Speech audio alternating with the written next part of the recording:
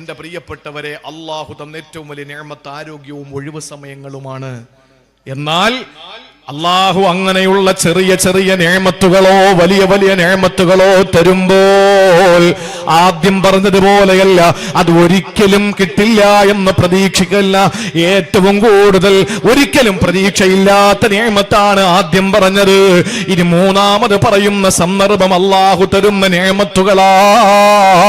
അള്ളാഹു സൂറത്തുൽ വാഖിയയിലൂടെ ചോദിക്കുന്നൊരു ചോദ്യമുണ്ട്. എന്താണെന്നറിയോ?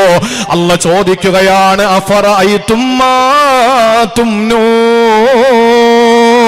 അൻതും തഖ്ലുഖൂനഹു അം നഹ്നുൽ ഖാലിഖൂൻ. സഹോദരങ്ങളെ, അല്ലാഹു ചോദിക്കുകയാ, അഫറഅയ്തും മാ തുംനൂൻ അൻതും തഖ്ലുഖൂനഹു അം നഹ്നുൽ ഖാലിഖൂൻ. അല്ലാഹു നമ്മളോട് ചോദിക്കുന്ന ഒരു ചോദ്യം വലിയ ചോദ്യമാണ്. ഏ മനുഷ്യ, അഫറഅയ്തും മാ തുംനൂൻ, രേതസ്കണത്തെ പറ്റി നിങ്ങളുടെ അഭിപ്രായം എന്താ? ബീജത്തുള്ളിയെ പറ്റി നിങ്ങളുടെ നിലപാടെന്താ? അൻതും തഖ്ലുഖൂനഹു അം നഹ്നുൽ ഖാലിഖൂൻ. ആ ബീജത്തുള്ളി നിങ്ങളാണോ പടച്ചത്, ഞാനാണോ പടച്ചത്? പ്രിയപ്പെട്ടവരെ, ചോദിക്കുന്നത് പടച്ചവനല്ലേ? ഒരു തുള്ളി ബീജത്തിൽ നിന്നാണല്ലോ നമ്മൾ ഉണ്ടായത്. ഞാനായത്, നിങ്ങളായത്. സഹോദരങ്ങളെ, പറയപ്പെടാൻ പറ്റാത്തൊരു വസ്തുവായിരുന്നല്ലോ. ഹല്ലതാലൽ ഇൻസാനി ഹീനും മിനദ്ദഹിരി ലം യകുൻ ശൈഅൻ മദ്കൂറാ. പറയപ്പെടാൻ പറ്റാത്തൊരു വസ്തുവായിരുന്നല്ലോ നമ്മൾ. അതിൽ നിന്ന് ഇന്ന് ഈ തടിയുള്ള, ഈ പൊക്കമുള്ള, ഈ നിലയിൽ നമ്മൾ എത്തപ്പെട്ടിട്ടുണ്ടെങ്കിൽ ഒരു തുള്ളി ബീജമല്ലേ നമ്മളാക്കിയത്? അല്ലാഹ് ചോദിക്കുകയാണ്, ആ ബീജത്തുള്ളി നിങ്ങളാണോ പടച്ചത്, അതല്ല ഞാനാണോ പടച്ചത്? ഇന്ന് ഭൗതിക ശാസ്ത്രം പറയുന്നത്, സയൻസ് പറയുന്നത്, കൂടുതൽ കാഷ്നട്ട് കഴിച്ചാൽ, അണ്ടിപ്പരിപ്പ് കഴിച്ചാൽ, ബദാം കഴിച്ചാൽ, പയർ വർഗ്ഗങ്ങൾ കഴിച്ചാൽ ബീജത്തിന്റെ ഉൽപാദനം കൂടുമെന്നാണ്. ഈ ഭൗതിക ശാസ്ത്രത്തിനോട് ചോദിച്ചു നോക്കണം. 1000 കിലോ അണ്ടിപ്പരിപ്പ്, 1000 കിലോ ബദാം പരിപ്പ്, 1000 കിലോ പയറും കൂടിക്കുണ്ട് ഏതെങ്കിലും ഒരു മിക്സിയിലിട്ട് അടിച്ചാൽ ഒരു തുള്ളി ബീജം നിങ്ങൾക്ക് ഉണ്ടാക്കി തരാൻ പറ്റുമോ? ഒരു തുള്ളി ബീജം നിർമ്മാണം നടത്താൻ പറ്റുമോ?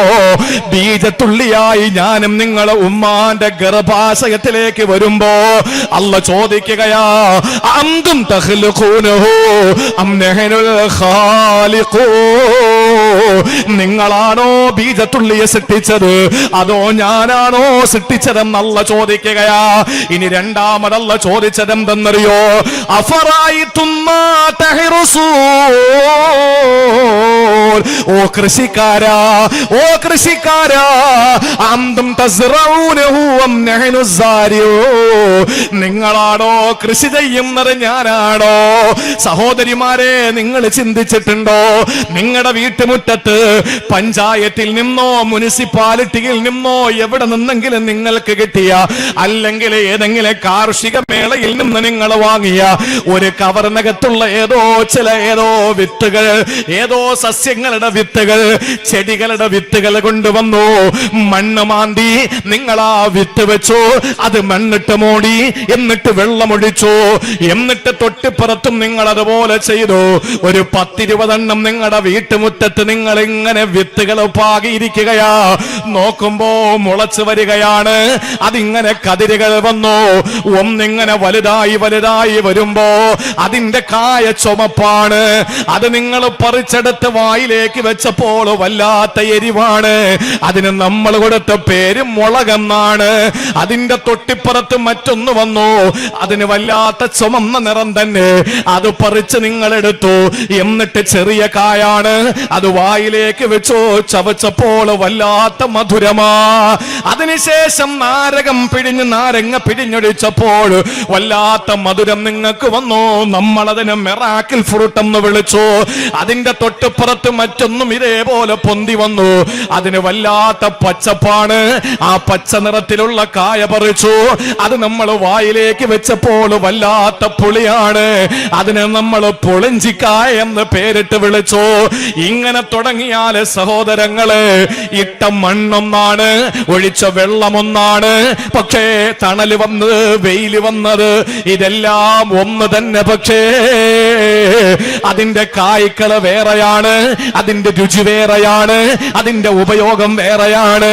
അല്ലാഹ് അതല്ലേ ചോദിച്ചത്, അഫറഅയ്തും മാ തഹ്റസൂൻ, ഓ കൃഷി ചെയ്യുന്നവരെ, അന്തും തസ്റഊനഹു അം നഹ്നു സാരിഊൻ, നിങ്ങളാണോ കൃഷിയിൽ ഇടപെടുന്നത് അതോ നാമാണോ കൃഷിയിൽ ഇടപെട്ടത്? അല്ലാഹ് മൂന്നാമത് ചോദിക്കുന്നത്, അഫറഅയ്തുമുൽ മാ അല്ലദീ തശ്റബൂൻ, നിങ്ങൾ കുടിക്കുന്ന വെള്ളത്തെ പറ്റി ചിന്തിച്ചിട്ടുണ്ടോ? അന്തും അൻസൽതുമൂഹു മിനൽ മുസ്നി അം നഹ്നുൽ മുൻസിലൂ,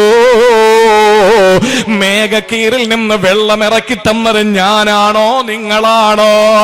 കുടിക്കാനുള്ള വെള്ളം നിങ്ങൾക്ക് തന്നത് ഞാനല്ലേ? മഴ കാത്തിരിക്കുന്ന വേഴാമ്പലിന്റെ കളകൂചനം പോലെ നിങ്ങൾ കാതോർത്തിരുന്നല്ലോ മഴത്തുള്ളിക്ക് വേണ്ടിയിട്ട്. ആകാശമാകുന്ന ഭർത്താവ് ഭൂമിയാകുന്ന ഭാര്യയ്ക്ക് സമ്മാനിച്ച ബീജത്തുള്ളിയാണ് മഴത്തുള്ളി. ആകാശം ഭർത്താവാണ്, ഭൂമി ഭാര്യയാണ്. ആകാശം എന്ന ഭർത്താവിന്റെ ബീജത്തുള്ളി ഭൂമിയാകുന്ന ഭാര്യയുടെ ഗർഭാശയത്തിൽ അങ്ങ് സ്വീകരിച്ചപ്പോൾ, വൻസൽനാ മിനൽ മുഅ്സിറാതി മാൻ സജ്ജാജാ ലിനുഖ്രിജ ബിഹി ഹബ്ബൻ വനബാതാ വജന്നാത്തിൻ അൽഫാഫാ.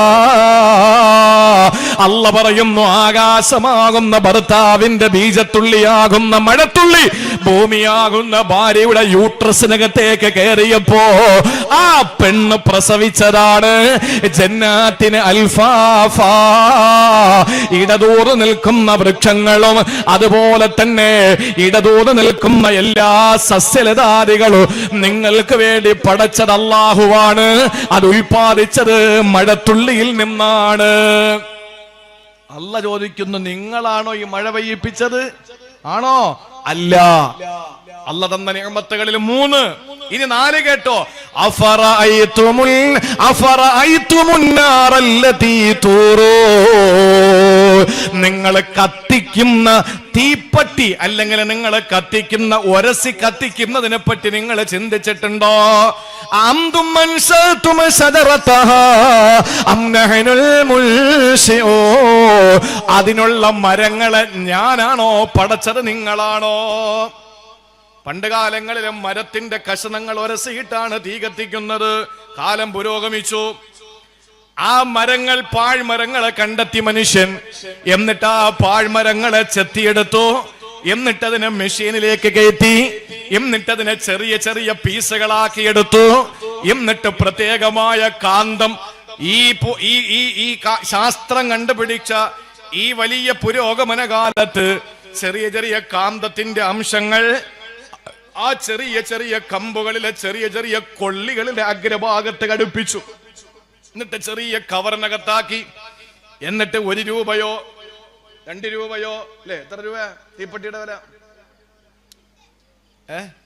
2 രൂപ. നീ ബീഡി വലിക്കോടാ, സിഗരറ്റ് വലിക്കോ?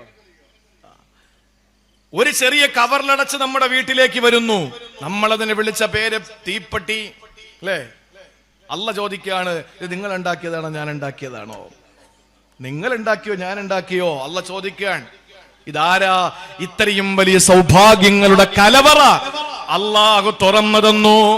മനുഷ്യനെ സൃഷ്ടിച്ചത് മുതൽ അവന് ചെയ്യുന്ന കൃഷി, അവന് കുടിക്കുന്ന വെള്ളം, അവന് കത്തിക്കുന്ന എല്ലാ ഉൽപ്പന്നങ്ങളുമെല്ലാം അല്ലാഹു എടുത്തു പറഞ്ഞിട്ട് ചോദിക്കുകയാണ്, ഇതെല്ലാം നിങ്ങളുടെ മിടുക്കാണോ എന്റെ മിടുക്കാണോ? എന്റേതാണ്, നിങ്ങളതല്ല. എന്നിട്ട് അല്ലാഹു പറയുന്നു, ഇതിന് പകരം നിങ്ങൾ എനിക്ക് ഒന്നേ ഒന്ന് തന്നാ മതി. ഫസബ്ബിഹ് ബിസ്മി റബ്ബിക്കൽ അലീം. ഖുർആൻ 3-മതായി പറഞ്ഞ തസ്ബീഹ് ചൊല്ലാൻ. ഇതുപോലുള്ള നിഅമത്തുകൾ അല്ലാഹു നമുക്ക് തരുമ്പോ ഇരിക്കാനൊരു കസേര കിട്ടി, അല്ലാഹനെ പ്രകീർത്തിക്കണം. ചൂടാനൊരു കൊട കിട്ടി, അല്ലാഹനെ പ്രകീർത്തിക്കണം. എഴുതാനൊരു പെണ്ണ് കിട്ടി, അല്ലാഹനെ പ്രകീർത്തിക്കണം. ആ പടച്ചവനെ പ്രകീർത്തിക്കണം. നിങ്ങൾക്ക് കിട്ടുന്ന ചെറിയ ചെറിയ നിഅമത്തുകളായാൽ പോലും. ഇതാണ് 3-മത്തെ സ്ഥലം. വിശദീകരിക്കാൻ നമുക്ക് സമയക്കുറവുണ്ട്. ഇനി നാലാമത്തത്, പ്രിയപ്പെട്ടവരെ, അള്ളാഹുവിന്റെ പരലോകത്തേക്ക് നമ്മൾ പോകേണ്ടവരാണ്. ഞാൻ ചുരുക്കി പറയുകയാണ്, പരലോകത്തേക്ക് നമ്മൾ പോകേണ്ടവരാണ്. ആ ആഖിറത്തിലേക്ക്, ആഖിറം എന്ന് പറഞ്ഞാൽ തന്നെ എൻഡ് എന്നാണ്. എൻഡ്, ഇനി അങ്ങോട്ടില്ല. ആഖിറമാണ് അവസാനത്തെ ലോകം. ആ ലോകത്തേക്ക് നമ്മൾ പോകേണ്ടവരാണ്. അവിടെ പോകുമ്പോ അള്ളാഹു ഒരുപക്ഷെ നാരകീയ ശിക്ഷകൾ നമുക്ക് തരാൻ സാധ്യതയുണ്ട്. പടച്ചോൻ കാത്തുരക്ഷിക്കട്ടെ, അല്ല കാത്തുരക്ഷിക്കട്ടെ. ഉറക്കം വരുന്നില്ലല്ലോ, നല്ല സദസ്സ്, അള്ളാഹു ബർക്കത്ത് ചെയ്യട്ടെ. 9ാമത്തെ കുട്ടിയുടെ കല്യാണമാണ്. അതെ, 9 കഴിഞ്ഞ 9ാമത്തെ കുട്ടിയുടെ വിവാഹമാണ്. ഇത് നിബ്രാസുൽ മുസ്ലിമീന്റെ പ്രവർത്തകർ കൊടുത്തതല്ല, നിങ്ങൾ കൊടുത്തതാ. നമ്മളെല്ലാവരും ഭാഗവാക്ക. അവർ സംഘടിപ്പിച്ചു, ഓടി നടന്നു. ഞാൻ അടക്കമുള്ള പ്രഭാഷകന്മാർ ശബ്ദം നൽകി. നിങ്ങൾ ഓരോരുത്തരും ധനം നൽകിയപ്പോ 8 പെൺകുട്ടികൾക്ക് ഭർത്താക്കന്മാരായി, അവർക്ക് മക്കളായി. 9ാമത്തെ പെൺകുട്ടി ഏപ്രിൽ 21 മണവാട്ടിയാകാൻ കാത്തിരിക്കുന്നു. അള്ളാഹു ഭംഗിയാക്കി പൂർത്തീകരിക്കാനുള്ള തൗഫീക്ക് തരട്ടെ. പ്രിയപ്പെട്ടവരെ, 4ാമത്തെ സന്ദർഭം എപ്പോഴാ? അള്ളാഹു പറയുന്നു, നിങ്ങൾ പ്രകീർത്തിക്കേണ്ട, തസ്ബീഹ് ചൊല്ലേണ്ട 4ാമത്തെ സന്ദർഭം ആഖിറത്തിൽ നിങ്ങൾക്ക് അള്ളാഹു രക്ഷ തരുമ്പോഴാ. സഹോദരങ്ങളെ, ജീവിതം ഇവിടെയല്ലല്ലോ, ഇവിടന്ന് പോകണം ആഖിറത്തിലേക്ക്. വൽആഖിറതു ഖൈറുൽ ലക മിനൽ ഊലാ. ആഖിറമാണ് ഏറ്റവും അഭികാമ്യമായത്. വൽആഖിറതു ഖൈറു വഅബ്ഖാ. എന്നെന്ന് ശേഷിക്കുന്നതും ആഖിറം തന്നെ. ഇവിടെയെല്ലാം നശ്വരമാണ്, ഇവിടത്തെ ബന്ധങ്ങളെല്ലാം നശ്വരമാണ്. നമുക്ക് വേണ്ടത് ആഖിറത്തിലേക്കുള്ള ബന്ധമാണ്, ആഖിറത്തിലേക്ക് വേണ്ടിയുള്ള ബന്ധമാണ്. ഇവിടെ മരിച്ചാ തീരുന്നതാണ്.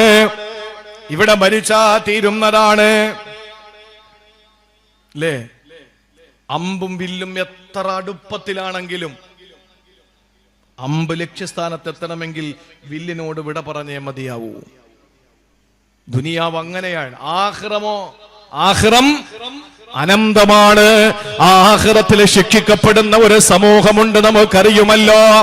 ഇവിടെ ഇസ്ലാമിനെതിരെ കുതിര കയറിയവർ, ഇവിടെ ആദർശത്തിന്റെ ശത്രുക്കളായവർ, ഇവിടെ അള്ളാന്റെ ദീനിനെ അധിക്ഷേപിച്ചവര്, ഇവിടെ അക്രമം കാണിച്ചവര്, നാളെ വരുന്ന കോലം എങ്ങനെയെന്നറിയോ? വഅമ്മാ ഇൻ കാന മിനൽ മുകദ്ദിബീനല്ലാല്ലീൻ. കളവാക്കുന്ന ഒരു ജനതയുണ്ടല്ലോ, സത്യസന്ധതയ്ക്കെതിരെ പ്രവർത്തിക്കുന്ന ഒരു സമൂഹമുണ്ടല്ലോ, അസത്യത്തിന്റെ കള്ളപ്പരപ്പിന്റെ കേളി നിലമായി മാറുന്നവരുണ്ടല്ലോ, ഇല്ലാത്തതിന്റെ പേരിൽ പിടിച്ചെടുക്കുന്ന പള്ളികൾ പിടിച്ചെടുക്കുന്നവരുണ്ടല്ലോ, ഇല്ലാത്ത കഥമെനഞ്ഞിട്ട് പള്ളി പിടിച്ചെടുക്കുന്നവരുണ്ടല്ലോ. ഇവനെയൊക്കെ നാളെ പടച്ചവൻ ചെയ്യുന്നതെന്തെന്നറിയോ? അല്ല പറയുകയാണ്, ഫനുസുലും മിൻ ഹമീം. അവർക്ക് അല്ലാഹു നാളെ വെൽക്കം ഡ്രിങ്ക് കൊടുക്കുമെന്നാ. അള്ളാഹു കൊടുക്കുന്ന നുസുലും മിൻ ഹമീം, വെൽക്കം ഡ്രിങ്ക്സ്. എന്തായി വെൽക്കം ഡ്രിങ്ക്? കേറി വരുമ്പോ ഒരു കുടിക്കാൻ വെള്ളം കൊടുക്കുമല്ലോ, കേറി വരുമ്പോ അള്ളാഹു കുടിക്കാൻ കൊടുക്കും. അതേത് വെള്ളമാണ്? ഫനുസുലും മിൻ ഹമീം. ആ വെള്ളത്തിന്റെ പേര് ശീതളപാനീയമെന്നല്ല, ആ വെള്ളത്തിന്റെ പേര് ഹമീം. ഫനുസുലും മിൻ ഹമീം. ഈ അധർമ്മകാരികൾ, ധിക്കാരികൾ, പാവപ്പെട്ട ഫലസ്തീന്റെ പൊന്നുമക്കളെ നിഷ്ഠൂരമായി കൊന്നൊടുക്കിയ ഇസ്രായേലിന്റെ ജൂത പരിശകളുണ്ടല്ലോ, ഇല്ലാത്ത കള്ളക്കഥ പറഞ്ഞിട്ട് ഇന്ത്യ രാജ്യത്തിന്റെ നെറുകയിലെ കത്തികുട്ടി ഇറക്കിയിട്ട് ഈ പാവപ്പെട്ട സമുദായത്തിന്റെ പള്ളി അപഹരിച്ച കാപാലികന്മാരുണ്ടല്ലോ, ഇവനൊക്കെ നാളെ പരലോകത്ത് വരുമ്പോ അല്ല കൊടുക്കുന്നത് എന്തെന്നറിയോ? ഫനുസുലും മിൻ ഹമീം, വെൽക്കം ഡ്രിങ്ക്സ് അല്ല കൊടുക്കുകയാണ്. അത് എന്താണെന്നറിയോ? ഹമീം, ചൂടുവെള്ളമാണ്. നമ്മൾ പറയും ചൂടുവെള്ളം ഞങ്ങൾക്ക് വലിയ ഇഷ്ടമാണ്, പക്ഷെ എന്താ ഈ ചൂടുവെള്ളത്തിന്റെ പ്രത്യേകത എന്നറിയോ?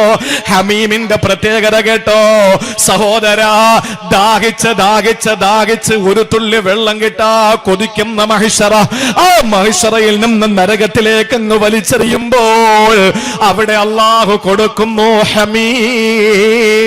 ഈ ഹമീം എന്ന പാനപാത്രം നമ്മളെ കയ്യിലേക്ക് തരുമ്പോ അത് കുടിക്കാൻ വേണ്ടിയിട്ട് നമ്മൾ സാധാരണ ചൂടുവെള്ളം, ദുനിയാവിലെ ചൂടുവെള്ളമാണെങ്കിൽ തരുന്നവര് പറയും ചൂടാണേ സൂക്ഷിക്കണമെന്ന്.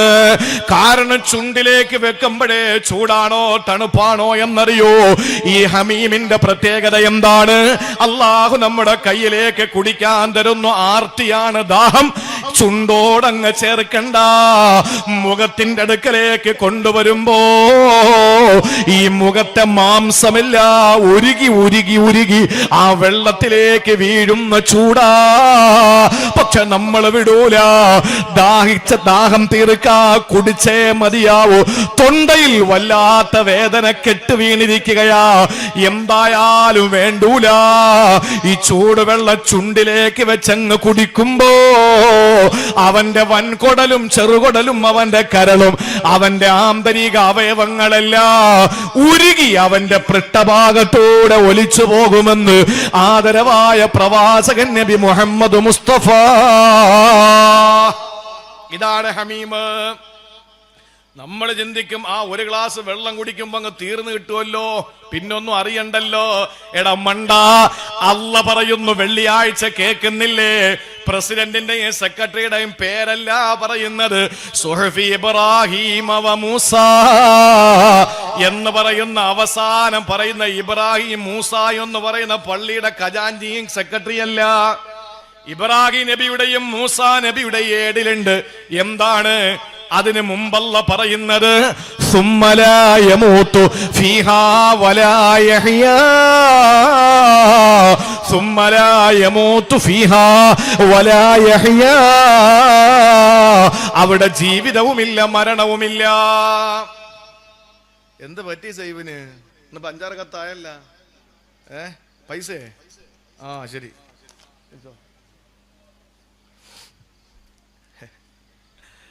അൽഹംദുലില്ലാഹില്ലദീ ആഫാനി മിമ്മ ബതലാക ബിഹി വഫല്ലലനി അലാ കസീരി മിമ്മൻ ഖലഖ തഫ്ളീല.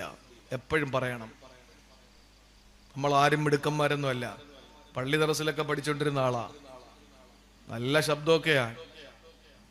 ഒരു വീഴ്ചയില്ലാന്ന് പറയപ്പെടുന്നു. അദ്ദേഹത്തിന്റെ എല്ലാ ലെവലും പോയി. അള്ളാഹു ശിഫ നൽകട്ടെ. വലിയ ആഗ്രഹമാണ് പ്രസംഗിക്കാനൊക്കെ. പക്ഷേ നമ്മളെയൊക്കെ അള്ളാഹു താല കാത്തുരക്ഷിക്കട്ടെ. നമ്മുടെ എല്ലാ പ്രയാസങ്ങളും വിഷമങ്ങളും ഒക്കെ അള്ളാഹു മാറ്റിത്തരട്ടെ. ജീവിതവുമില്ല മരണവുമില്ല, ജീവിതവുമില്ല മരണവുമില്ല. അതാണ് അവസ്ഥ. എന്ന് പറഞ്ഞാൽ ഒരു ഗ്ലാസ് വെള്ളം കുടിച്ച് എല്ലാം കൂടെ ഉരുകുമ്പോൾ വീണ്ടും അള്ളാഹു താല ശരീരം തരും, വീണ്ടും കുടിക്കാൻ പറയും. ആലോചിച്ച് നോക്കിയേ, അത് എത്ര നാളാ? ആ ഒരു 5 കൊല്ലം കഴിയുമ്പോ നിൽക്കോ ഇല്ല.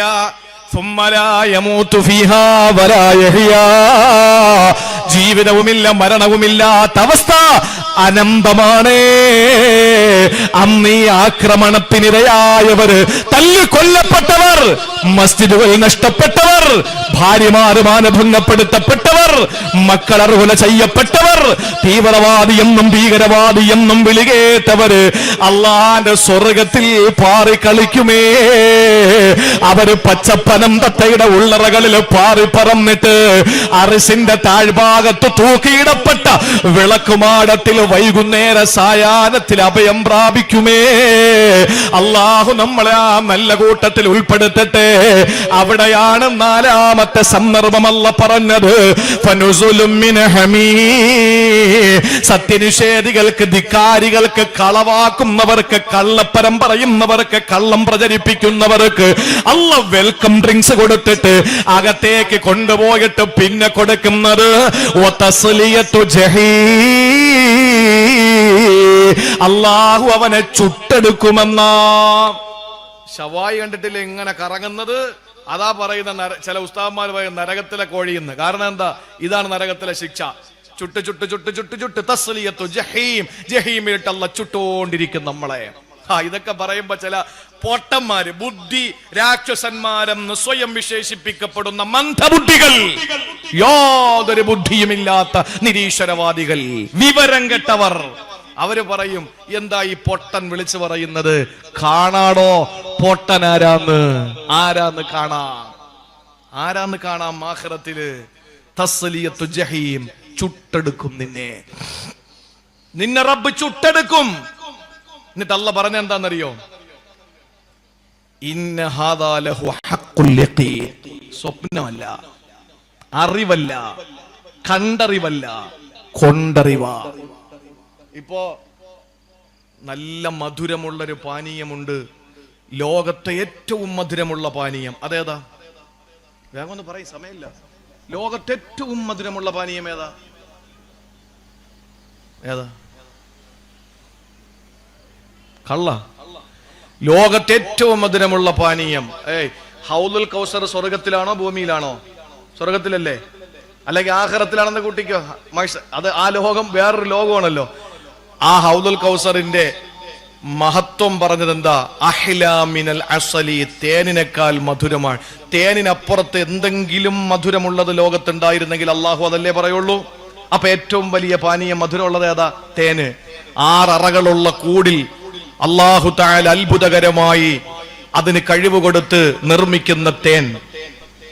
മണിക്കൂറിൽ 29 കിലോമീറ്റർ സഞ്ചരിക്കാനുള്ള പ്രാപ്തിയുള്ള, എന്നാൽ ദിവസം ദൈനംദിനം 4 കിലോമീറ്റർ സഞ്ചരിക്കുന്ന, 1 ഗ്രാം തേൻ ഉൽപ്പാദിപ്പിക്കുന്നതിന് 100 പുഷ്പങ്ങളിൽ ചെന്നിരിക്കേണ്ടി വരുന്ന, 100 ഗ്രാം തേൻ ഉൽപ്പാദിപ്പിക്കുന്നതിന് 2500 യാത്രകൾ ചെയ്യേണ്ടി വരുന്ന, പുഷ്പങ്ങളിൽ മാത്രം കഴിയുന്ന അള്ളാഹു അനുഗ്രഹിച്ച ഒരധ്യായം തന്നെ അവതരിപ്പിക്കുകയും 68, 69 എന്ന 2 സൂക്തങ്ങളിലൂടെ അള്ളാഹു തആല വാചാലമായി ജനങ്ങൾക്ക് ശമനമുള്ള ഔഷധം, വർണ്ണ വൈവിധ്യ നിറങ്ങളിൽ, വർണ്ണശബളമായ കളറുകളിൽ അള്ളാഹു തആല അതിന്റെ പള്ളയിൽ നിന്ന് ജനങ്ങൾക്ക് വേണ്ടിയിട്ട് തികട്ടി വെക്കാൻ അള്ളാഹു 6 അറകളുള്ള കെട്ടിടം നിർമ്മിച്ചിട്ട് അതിനുവേണ്ടി സൗകര്യം ചെയ്തിട്ടുണ്ട് എന്ന് പരിചയപ്പെടുത്തിയ തേൻ. ആ തേൻ തുള്ളി നല്ല മധുരമാണെന്നൊക്കെ പറഞ്ഞാൽ നിങ്ങളെ കൃത്യമായിട്ട് നിങ്ങൾക്ക് അത് മനസ്സിലാകും. കാരണം ഐനുൽ, അതിന്റെ പേര് ഇൽമുൽ യഖീൻ എന്നാണ്. അറിവ്, യാഥാർത്ഥ്യത്തെ സംബന്ധിച്ചിട്ടുള്ള അറിവ്. ഞാൻ നിങ്ങളോട് ഇങ്ങനെയൊക്കെ പറഞ്ഞതിന് ശേഷം പോക്കറ്റിൽ നിന്നൊരു ചെറിയ കുപ്പി എടുത്തിട്ട് കാണിച്ചിട്ട് പറഞ്ഞു, ഇതാണ് ഞാൻ ആ പറഞ്ഞ തേൻ. നിങ്ങളത് കണ്ടു. അതിന്റെ പേര് ഐനുൽ യഖീൻ എന്നാണ്. ഏത്? കണ്ടറിവ്. പക്ഷെ അപ്പോഴും പൂർത്തിയായില്ല. ഓരോരുത്തർ വരാൻ പറഞ്ഞു, എല്ലാവരും വന്നു. കൈവെള്ളയിൽ ഓരോ തുള്ളി ഞാൻ ഇറ്റിച്ചു തന്നു. നിങ്ങൾ നാവ് കൊണ്ട് ഒപ്പിയെടുത്തു. നിങ്ങൾക്കതിന്റെ മധുരം മനസ്സിലായി. അതിന്റെ പേരാണ് കൊണ്ടറിവ്, ഹഖ്ഖുൽ യഖീൻ. അതിന്റെ പേരാണ് ഹഖ്ഖുൽ യഖീൻ. അതാണ് ഖുർആൻ പറഞ്ഞത്, തസ്ലിയത്തു ജഹീം, ചുട്ടെടുക്കുകയും, നുസുലം മിൻ ഹമീം, കയറി ചെല്ലുമ്പോൾ ചൂടുള്ള വെള്ളം നിങ്ങൾക്ക് തരികയും ചെയ്യുന്ന നരകത്തിന്റെ ശിക്ഷ. ആ ശിക്ഷ ഇന്ന ഹദാ ലഹു ഹഖ്ഖുൽ യഖീൻ, അത് നിങ്ങൾ കൃത്യമായി കൊണ്ടറിയും നിങ്ങൾ. എന്നിട്ടല്ല പറയുകയാണ്, ആ ഒരു ദുരവസ്ഥ വരാതെ അള്ളാഹു ഈമാൻ നൽകി അനുഗ്രഹിച്ച മുഅ്മിനീങ്ങളെ, ഫസബ്ബിഹ് ബിസ്മി റബ്ബിക്കൽ അലീം, പടച്ചവന് വേണ്ടി പ്രകീർത്തനങ്ങൾ നടത്തിക്കോ. സുബ്ഹാനല്ലാഹ്, സുബ്ഹാനല്ലാഹ്. എത്ര അനുഗ്രഹീതനാണ് പടച്ച തമ്പുരാൻ. ഞാൻ നാലാമത്തെ ഭാഗവും അവസാനിപ്പിക്കുകയാണ്. മറന്നു പോകരുത്, 5-മതിന് ഒരിടമുണ്ട്. അല്ലാഹു ഖുർആനിലൂടെ തസ്ബീഹ് ചൊല്ലാൻ പറഞ്ഞ 5-മത്തെ ഭാഗം എവിടെയെന്നറിയോ? പ്രിയപ്പെട്ട സഹോദരങ്ങളെ, 5-മത്തേത് അല്ലാഹു നമുക്ക് കൊച്ചു കൊച്ചു സന്തോഷങ്ങൾ തരുമല്ലോ. നമ്മുടെ പ്രിയപ്പെട്ടവരെ നമ്മളെ ഒന്ന് വിളിക്കുമ്പോൾ, നമ്മുടെ പ്രിയപ്പെട്ടവരെ നമ്മളൊന്ന് കാണുമ്പോൾ, ആ പ്രിയപ്പെട്ടവരുടെ സന്ദേശം നമുക്കൊന്ന് വരുമ്പോൾ, ആ പ്രിയപ്പെട്ടവരെ നമുക്കൊന്ന് ലൈനിൽ കിട്ടുമ്പോൾ, ആ സമയത്തൊക്കെ നമുക്കുണ്ടാകുന്ന സന്തോഷം വല്ലാത്ത സന്തോഷമാ. നമുക്ക് നമ്മൾ ഇഷ്ടപ്പെട്ട ഒരാളെ കണ്ടുമുട്ടുമ്പോൾ, വഴിയിൽ വെച്ച് കാണാനിടയായി, ആ സമയത്ത് നമുക്ക് വലിയ സന്തോഷമാണ്.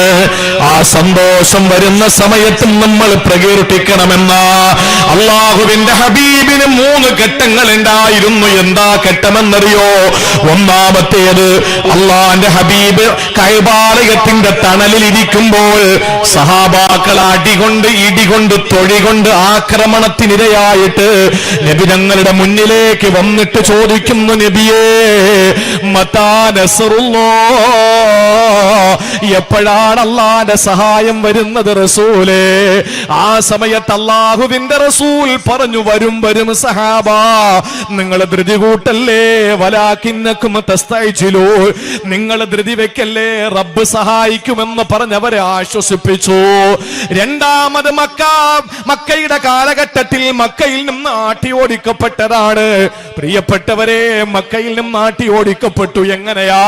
അവസാന 2 റക്അത്ത് നിസ്കാരത്തിന് വേണ്ടിയിട്ട് പെർമിഷൻ ചോദിച്ചപ്പോൾ അതിനുപോലും അനുവാദം കൊടുക്കാതെ നബി തങ്ങളെ ആ പരിശുദ്ധ കഅബയുടെ തിരുമുറ്റത്തിൽ നിന്ന് ആട്ടി ഓടിച്ചവര്, ഉമ്മയും വാപ്പയില്ലാതെ ജനിച്ച പ്രിയപ്പെട്ട പ്രവാചകൻ ഉമ്മ 6-ാമത്തെ വയസ്സിൽ വഫാത്തായപ്പോ സങ്കടങ്ങളും വിഷമങ്ങളെല്ലാം പറഞ്ഞത് കഅബാലയത്തിന്റെ മുറ്റത്ത് വന്നിട്ട് അല്ലാഹുവിനോടാ. ആ കരിമ്പടം പുറച്ച കറുത്ത സുമ്മരിയായ കഅബാലയത്തിന്റെ കരിങ്കൽ ഭിത്തിയുടെ ചുവട്ടില് ആ തണലിൽ ഇരുന്നപ്പോഴാ റസൂലുള്ളാഹി ഒരുപാട് കിനാവ് കണ്ടത്. അവിടെ ഇരിക്കുമ്പോഴാ ആ ഹിജ്ർ ഇസ്മായിൽ നിസ്കരിക്കുമ്പോഴല്ലേ കഴുത്തിൽ അല്ലാഹുവിന്റെ ഹബീബിന്റെ കഴുത്തിൽ കയറുകൊണ്ട് മുറുക്കി കൊല്ലാമെന്ന സത്യനിഷേധിയുടെ കയ്യിൽ നിന്ന് കയറ് പിടിച്ചു വാങ്ങിയിട്ട് സിദ്ദീഖ് റളിയല്ലാഹു അൻഹു ക്രിയാത്മകമായി ഇടപെട്ടത്. ആ കഅബാലയത്തിന്റെ മുറ്റത്ത് കിടക്കുമ്പോഴല്ലേ ഒട്ടകപ്പിന്റെ ചീഞ്ഞളിഞ്ഞ കുടൽമാല തലയിൽ കൊണ്ട് ചാർത്തിയത്, ഫാത്തിമ ബീവി തന്റെ കുഞ്ഞിളം കൈകൊണ്ട് വലിച്ചിറക്കിയത്. ഇങ്ങനെ 100 ചരിത്രങ്ങൾ ഉറങ്ങിക്കിടക്കുന്ന കഅബ അവിടെ നിന്ന് ആട്ടി ഓടിച്ചപ്പോൾ ഞാൻ 2 റക്അത്ത് നിസ്കരിച്ചോട്ടെ, പറ്റോ മുഹമ്മദ് എന്ന് പറഞ്ഞ് ഉസ്മാൻ ഷൈബി ഓടിച്ചു. 3-മതോ റസൂലുള്ള ദഅവത്തിന് വേണ്ടി ഓരോരുത്തരുടെ അടുക്കൽ ചെല്ലുമ്പോൾ അവര് പറഞ്ഞു, പോ മുഹമ്മദേ, ഞങ്ങൾക്ക് കേക്കണ്ട, മുഹമ്മദേ പോ, മുഹമ്മദേ ഞങ്ങൾക്ക് കേക്കണ്ട എന്ന് പറഞ്ഞിട്ട് കാതില് ചെവിടിൽ വിരല് കുത്തി കയറ്റിയവര്. പ്രിയപ്പെട്ടവരെ, ഈ നിലയിലെ 3 അനുഭവങ്ങൾ റസൂലുള്ളാഹിനുണ്ടായി. ഈ 3 ചേഞ്ച് വന്നു. ഈ 3 ചേഞ്ച് വന്നു.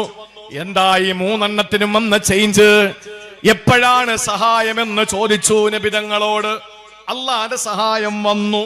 കേൾക്കണം, മക്കയിൽ നിസ്കരിക്കാൻ അനുവദിക്കാത്ത നബി തങ്ങൾക്ക് മക്ക വിജയം കൊടുത്തു. നബി തങ്ങൾ ഓരോരുത്തരുടെ മുന്നിൽ ചെന്ന് ദഅവത്ത് നടത്തിയപ്പോ ചെവിയിൽ തള്ള വിരല് തിരികെ കയറ്റിയിട്ട് ചൂണ്ടുവിരല് തിരികെ കയറ്റിയിട്ട് ഞങ്ങൾക്ക് കേൾക്കണ്ടെന്ന് പറഞ്ഞ് ഓടിയ ആളുകൾ ഇസ്ലാമിലേക്ക് ഒഴുകിയെത്തി. ശ്രദ്ധിച്ചോ, ഇങ്ങോട്ട് ശ്രദ്ധിച്ചോ പ്രിയപ്പെട്ടവരെ. അള്ളാഹുവിന്റെ പരിശുദ്ധമായ ദീനിലെ ജനങ്ങൾ ഒഴുകി വന്നു. അല്ല പറഞ്ഞതെന്താണ്? ഇദാ ജാ നസ്റുല്ലാഹ്, അല്ലാഹുവിന്റെ സഹായം നിങ്ങൾക്ക് വന്നാൽ, വൽ ഫത്ഹ്, മക്ക വിജയം വന്നാൽ, വറഅയ്തന്നാസ യദ്ഖുലൂന ഫീ ദീനില്ലാഹി അഫ്വാജാ, സംഘമായി ഇസ്ലാമിലേക്ക് ജനങ്ങൾ ഒഴുകിക്കൊണ്ടിരുന്നാൽ ഇത് അല്ലാഹുവിന്റെ റസൂലിന് സന്തോഷം നൽകുന്നതല്ലേ? അല്ലാഹുവിന്റെ ഹബീബിന് ആനന്ദം പകരുന്നതല്ലേ? റസൂലുള്ളാഹിനെ ആഹ്ലാദഭരിതനാക്കുന്നതല്ലേ? സഹായം എപ്പോഴെന്ന് ചോദിച്ച നബി തങ്ങളുടെ അനുചരന്മാർക്ക് സഹായം എത്തുമ്പോ മക്കയിൽ നിസ്കരിക്കാൻ പെർമിഷൻ കൊടുക്കാത്തവർക്ക് മക്ക വിജയം കൊടുത്തപ്പോ ആളുകൾ കേൾക്കണ്ടെന്ന് പറഞ്ഞ് ഓടി ഒളിച്ച അതേ ജനങ്ങൾ തിരിച്ചല്ലാന്റെ ദീനിലേക്ക് ഒഴുകിയെത്തിയപ്പോ റസൂലുള്ളാഹി ഇതിനപ്പുറം എന്ത് സന്തോഷമാ വരാനുള്ളത്? അപ്പോഴാണ് അല്ലാഹു പറഞ്ഞത്, നബിയേ ഇദാ ജാ നസ്റുല്ലാഹ്, അല്ലാഹുവിന്റെ സഹായം നിങ്ങൾക്ക് വന്നാൽ, വൽ ഫത്ഹ്, മക്ക വിജയം നിങ്ങൾക്ക് വന്നാൽ, വറഅയ്തന്നാസ യദ്ഖുലൂന ഫീ ദീനില്ലാഹി അഫ്വാജാ, സംഘമായി ആളുകൾ ഇസ്ലാമിലേക്ക് ഒഴുകിക്കൊണ്ടിരുന്നാൽ നബിയെ സന്തോഷം നിങ്ങൾക്ക് വരും. അപ്പോൾ നിങ്ങൾ ചെയ്യേണ്ടത് എന്താണ്? ഫസബ്ബിഹ് ബിഹംദി റബ്ബിക വസ്തഗ്ഫിർഹു ഇന്നഹു കാന തവ്വാബാ, നിങ്ങൾ അല്ലാഹുവിനെ പ്രകീർത്തിക്കണമെന്ന് വിശുദ്ധ ഖുർആൻ. ചായയിൽ വീണു പോരുത്, ഇങ്ങോട്ട് കേട്ടോ. അല്ലാഹുവിന്റെ സഹായം വന്ന്, മക്ക വിജയം വന്ന്, ആളുകൾ ഇസ്ലാമിലേക്ക് ഒഴുകി വന്നു. ഇപ്പോഴും നിങ്ങൾ നോക്ക്, പ്രതിമാസം ലക്ഷങ്ങൾ, പ്രതിവർഷം കോടിക്കണക്കിന് ആളുകൾ ഇസ്ലാമിലേക്ക് ഒഴുകിക്കൊണ്ടിരിക്കുകയാണ്. പോകുന്നതൊരു അബ്ദുള്ള കുട്ടിയാവും, പോകുന്നതൊരു ആരിഫ് ഖാനാവും. നമ്മൾ എന്തിനാ സങ്കടപ്പെടണം? ഈ പോകുന്നതൊക്കെ പുഴുത്ത മത്തി നെത്തോലിയാണ്, വരുന്നത് വമ്മ സ്രാവുകളാ. ഇവോൺ റിട്ലി, ഹീദർ മാത്യൂസ്, മുഹമ്മദ് അലി എന്ന കേശീസ്കളെ, മാധവിക്കുട്ടി എന്ന കമലാസുരയ്യ, ശബരിമല എന്ന ഫാത്തിമ ശബരിമല ഇസ്ലാമിലേക്ക് കടന്നു വരുന്നത് പ്രഗത്ഭരും പ്രശസ്തരും പ്രാവീണ്യരും നിപുണരും ഏറ്റവും നല്ല പക്വമതികളും ഇസ്ലാമിലേക്ക് വരികയാണ്. എടുക്കാൻ നാണയങ്ങൾ മുണ്ടുപൊക്കി കാണിച്ചിട്ട് പോകുന്നതിന് നമുക്കെന്ത് പ്രശ്നം, നമുക്കെന്ത് സങ്കടം? അള്ളാഹുവിന്റെ ദീനിലേക്ക് ആളുകൾ ഒഴുകി ഒഴുകി വന്നുകൊണ്ടിരിക്കുകയാണ്. കാരണം സത്യം മനസ്സിലാക്കി ഇസ്ലാമിലേക്ക് കടന്നു വരാൻ ലക്ഷക്കണക്കിന് ആളുകൾ തയ്യാറാണ്. അത് സന്തോഷം നൽകുന്നതാണ്. ഇസ്ലാമിൽ എവിടെയെങ്കിലും കോളനി വെച്ച് കൊടുത്തിട്ട് ആളെ കൂട്ടണോ? എവിടെയെങ്കിലും പെണ്ണിനെ കെട്ടിച്ചു കൊടുത്തിട്ട് ആളെ കൂട്ടണോ? ഓട്ടോ വാങ്ങിക്കൊടുത്തിട്ട് ആളെ കൂട്ടണോ? മിസ് കോൾ അടിച്ചിട്ട് മെമ്പർഷിപ്പ് കൊടുക്കണോ? ഇതൊന്നും വേണ്ട. അള്ളാഹുവിന്റെ പരിശുദ്ധമായ ദീനിനെ മനസ്സിലാക്കിയിട്ട് പ്രതിമാസം ലക്ഷങ്ങളും പ്രതിവർഷം കോടികളും ഇസ്ലാമിലേക്ക് ഒഴുകിക്കൊണ്ടിരിക്കുകയാണ്. എല്ലാം ഡോക്ടേഴ്സ്, അതുപോലെ തന്നെ ചിന്തകന്മാർ, അതുപോലെ തന്നെ ബുദ്ധിരാക്ഷസന്മാർ, രാഷ്ട്രീയ വിചക്ഷണന്മാർ, സാമ്പത്തിക ബുദ്ധിജീവികൾ ഇസ്ലാമിലേക്ക് ഒഴുകിക്കൊണ്ടിരിക്കുകയാണ്. പോകുന്നതിന് നെത്തോലി പുഴുത്ത മത്തി, നമുക്കെന്താ പ്രശ്നം? പോട്ടെന്ന്. നമുക്കെന്താ അതിനെത്ര സങ്കടം? പോകുന്നത് പുകഞ്ഞ കൊള്ളി പുറത്താ, പുകഞ്ഞ കൊള്ളി എപ്പോഴും പുറത്താ. അതുകൊണ്ട് നമ്മൾ സങ്കടപ്പെടണ്ട. അള്ളാഹുവിന്റെ ഖുർആൻ പരിചയപ്പെടുത്തിയ 5ാമത്തെ സ്ഥലം അതാണ്. സന്തോഷം നിങ്ങൾ നേരിടുമ്പോൾ മറന്നു പോകരുത്, അള്ളാഹു മനുഷ്യനെ സൃഷ്ടിച്ചത് തസ്ബീഹിന് വേണ്ടിയിട്ടാണ്. ആ തസ്ബീഹിന് വേണ്ടി പടയ്ക്കപ്പെട്ട മനുഷ്യൻ, എന്റെ പ്രിയപ്പെട്ട സഹോദരങ്ങളെ, ആ തസ്ബീഹ് ചൊല്ലാൻ അല്ലാഹു റബ്ബുൽ ഇസ്സത്ത് ഈ ലോകത്തേക്ക് നിയോഗിച്ച മനുഷ്യൻ എപ്പോ തസ്ബീഹ് ചൊല്ലണമെന്ന് ഖുർആൻ അടിവരയിടുന്നു. ഒന്ന്, അവന് കിട്ടില്ല എന്ന് പ്രതീക്ഷയിൽ നഷ്ടപ്പെട്ട് ഒരിക്കലും സാധ്യതയില്ലാത്തൊരു നിഅമത്ത് അല്ലാഹു അവന് കൊടുക്കുമ്പോ. 2, അവന്റെ കാതുകളിൽ ശത്രുക്കൾ അവനെതിരെ പറയുന്ന ആക്ഷേപത്തിന്റെ വാക്കുകൾ കേൾക്കുമ്പോ. 3, ചെറിയ ചെറിയ നിഅമത്തുകൾ അല്ലാഹു തആല അവനെ കൊടുത്തുകൊണ്ടിരിക്കുമ്പോ. 4ാമത്തേത്, അല്ലാഹു റബ്ബുൽ ഇസ്സത്ത് ആഖിറത്തിൽ അവനെ രക്ഷപ്പെടുത്തി ദുനിയാവിൽ അവന് ഈമാന് കെലിമയുടെയും ആളാക്കി മാറ്റിയപ്പോൾ. 5, സഹായങ്ങളും അള്ളാഹുവിന്റെ അനുഗ്രഹങ്ങളും ആവോളം ആസ്വദിക്കാൻ കഴിയുന്ന നിലയിൽ അവന് സന്തോഷത്തിന്റെ അതിരുകൾ ഭേദിക്കപ്പെടുന്ന അവസ്ഥകൾ വരുമ്പോ. ഏറ്റവും വലിയ സന്തോഷം നമുക്ക് വരുന്നത് ചെറിയ പെരുന്നാളിനും വലിയ പെരുന്നാളിനുമാ. അന്ന് നമ്മൾ കൂടുതൽ തസ്ബീഹും തക്ബീറും ചൊല്ലണം. അല്ലാതെ അന്ന് സിനിമയ്ക്ക് പോകലല്ല, അന്ന് 30 ദിവസവും പിടിച്ചു നിർത്തിയിരുന്ന ശൈത്താനെ ചങ്ങലയ്ക്ക് നിന്ന് പൊട്ടിച്ചെറിഞ്ഞിട്ട് കള്ളു കുടിക്കലല്ല. അന്ന് നമ്മൾ ചെയ്യേണ്ടത്, പ്രിയപ്പെട്ടവരെ, സന്തോഷത്തിന്റെ പേര് തസ്ബീഹ് ചൊല്ലല. സന്തോഷം വരുന്നത് കല്യാണത്തിനാണ്. എല്ലാ വേദിയിലും പറയുന്നു, ഞാൻ പൊതുത്തെരുവിലും പറയുന്നു. കഷ്ടപ്പെട്ട് പ്രയാസപ്പെട്ട് നമ്മുടെ പ്രിയപ്പെട്ട സഹോദരങ്ങൾ ഈ പരിപാടി സംഘടിപ്പിക്കുമ്പോൾ ഒരു മെസ്സേജ് നമുക്ക് നമ്മുടെ ജീവിതത്തിൽ ഫലപ്രദമായാൽ അതിൽ ഞാൻ അഭിമാനിക്കുന്നു. സംഘാടകരും നിങ്ങളും അഭിമാനിക്കണം. അള്ളാഹുവിന്റെ തൗഫീഖ് കൊണ്ട് ഒരു വിവാഹം എന്ന് പറയുന്നത് ജീവിതത്തിലെ എക്കാലത്തെയും വലിയ സൗഭാഗ്യമാണ്. ഒരു മനുഷ്യനെ സംബന്ധിച്ചിടത്തോളം സന്തോഷത്തിന്റെ നിമിഷമാണ്. ആ സന്തോഷത്തിന്റെ നിമിഷം പെണ്ണുങ്ങളോടാണ് ഞാൻ ഈ പറയുന്നത്. സന്തോഷത്തിന്റെ നിമിഷങ്ങൾ നമ്മുടെ ജീവിതത്തിൽ കടന്നു വരുമ്പോൾ ആ സന്തോഷം നിക്കാഹിന്റെ കോലത്തിൽ നമ്മുടെ ജീവിതത്തിൽ കടന്നു വരുമ്പോൾ അള്ളാനെ പ്രകീർത്തിക്കണം. അല്ലെ? അങ്ങനെയല്ലേ? നിക്കാഹ് സന്തോഷമല്ലേ? ആ സന്തോഷം വരുമ്പോ അള്ളാനെ പ്രകീർത്തിക്കണം. അല്ലാതെ മഞ്ഞ കല്യാണം, പച്ച കല്യാണം, ചുവന്ന കല്യാണം, കറുത്ത കല്യാണം, എന്താ ഇത്? ഇതാരുടെ സംസ്കാരമാണ്? ഇതാരുടെ സംസ്കാരമാണ്? മഞ്ഞ കല്യാണം ഞാൻ പല വേദികളിലും പറഞ്ഞു. മഞ്ഞക്കാരുടെ കേരളത്തിൽ കൊടുക്കുന്ന 2 സ്ഥലങ്ങളിലാണ്. ഗവൺമെന്റ് തലത്തിൽ അറിയപ്പെട്ട 2 സ്ഥലങ്ങൾ കോഴിക്കോട് കുതിരവട്ടത്തും പേരൂർക്കട ഊളംപാറയിലും. കാരണം ഈ 2 സ്ഥലങ്ങളിലും കൊടുക്കുന്ന മഞ്ഞക്കാർ വട്ടന്മാർക്ക് കൊടുക്കുന്നതാ. ഏത് നാട്ടിലും ഏത് വീട്ടിലും ഏത് നട റോട്ടിലും എന്ത് ചെയ്തിട്ടും മഞ്ഞക്കാർഡ് കാണിച്ചു കൊടുത്താൽ പോലീസ് വെറുതെ വിടും. കാരണം പ്രാന്തന. എന്ത് ചെയ്യാനാ?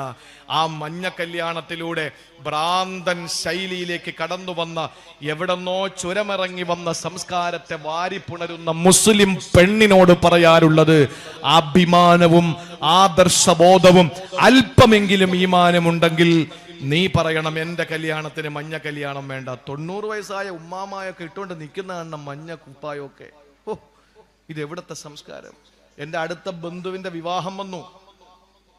ആ മഞ്ഞ കല്യാണം വീട്ടില് ഭാര്യ ചോദിച്ച പോട്ടാ. ഞാൻ പറഞ്ഞു കാലടിച്ചോടിക്കും, ഞാൻ പിന്നെ ഇഞ്ഞത് കയറ്റൂല എന്ന് പറഞ്ഞു.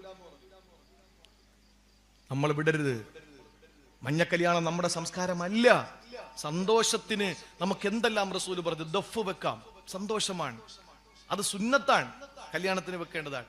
ആഹാരം നിങ്ങൾ എന്തു വേണോ കൊടുത്തോ, എല്ലാരും വിളിച്ചോ, MP-മാരെ MLA-മാരെ ഒക്കെ വിളിച്ചോ, അതൊക്കെ ഒരു പ്രൗഢിയാണല്ലോ. പണ്ട് കാസർഗോഡ് ആരോ പറഞ്ഞ് പ്രസംഗിച്ചപ്പോൾ MLA തന്നെ പ്രസംഗിക്കാൻ എന്നോട് പറഞ്ഞു കല്യാണത്തിന് വരണമെന്ന്. ഞാൻ പറഞ്ഞു കല്യാണത്തിന് ഉണ്ടാവില്ല എന്ന് പറഞ്ഞു. നിങ്ങൾ വന്നില്ലെങ്കിലും കുഴപ്പമില്ല, സ്റ്റേറ്റ് നമ്പറുള്ള ആ കാറ് എൻ്റെ വീട്ടുമുറ്റത്ത് ഇട്ടിട്ട് പോയാൽ മതി എന്ന് പറഞ്ഞു. കാരണം എന്താ, ഒരു MLA-യുടെ വണ്ടി ഫ്രണ്ടിൽ കിടക്കുന്നതാണ് ഒരു രോമാഞ്ചം. ഓ, ഇതിനപ്പുറം ഇനി എന്താ നമുക്ക് കിട്ടാൻ?